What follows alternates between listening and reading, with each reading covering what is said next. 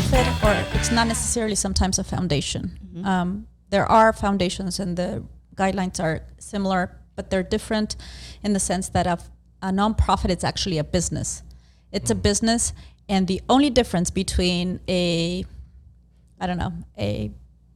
mechanic, I'm going to say, and a nonprofit is the tax status. That's it. Okay. One is tax exempt, which is a nonprofit, where the mechanic that's opening up his shop or her shop, it's a for-profit. You must pay taxes on everything you buy, and you have to charge taxes, right?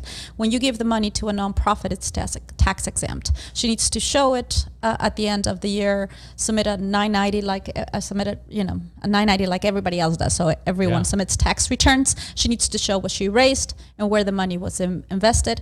Where you in a for-profit business may have partners that you have to share the revenue with.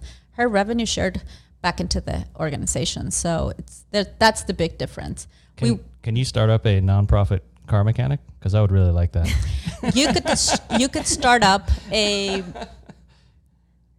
car mechanic internship where you can actually help kids understand what it takes to fix a car. Especially nowadays that everything is engineered with electronics. So you can definitely do that. However, there are still projects and partnerships here in the community that already have that. So you may just be able to volunteer. That's usually what I tell people when they tell me that they want to start a nonprofit.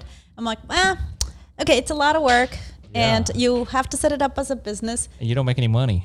That's not necessarily true. Okay, because there's this other perception that people that work in nonprofits there's a mindset of poverty. I think that people misunderstand about nonprofits. They have to be poor, just with a big heart to work in a nonprofit. Well, that's not true, because just like Norma, and once upon a time I worked for a nonprofit as well. I still need to put food on the table. I need to pay my mortgage. I need to send my kid to school. I need to do all the things that a person in the for-profit world will have to do, right? So I have a paycheck. Correct. So I need to have a sustainable wage. Norma cannot work towards making women independent, financially independent, if she can't get paid herself, right? So she can't even afford nice clothes. Or beyond that, just the ability to be self-sufficient, right? To be a person that is above the poverty level, because all the work any organization does around food, education, and workforce, it's trying to build wealth for everyone, not just for a few.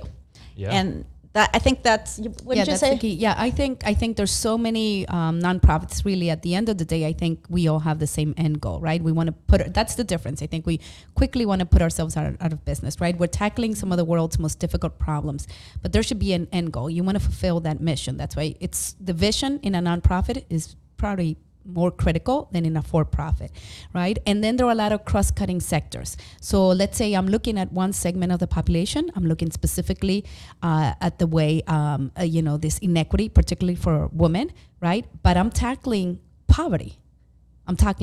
Poverty. So like I said, there may be more of a laser focus, and then there are other cross-cutting issues, like Maria Jose says. There could be other nonprofits and organizations that are also looking specifically at one issue. But what we want, right, it's I do believe it's generational wealth building. We want to break cycles of poverty. We want to break generational poverty.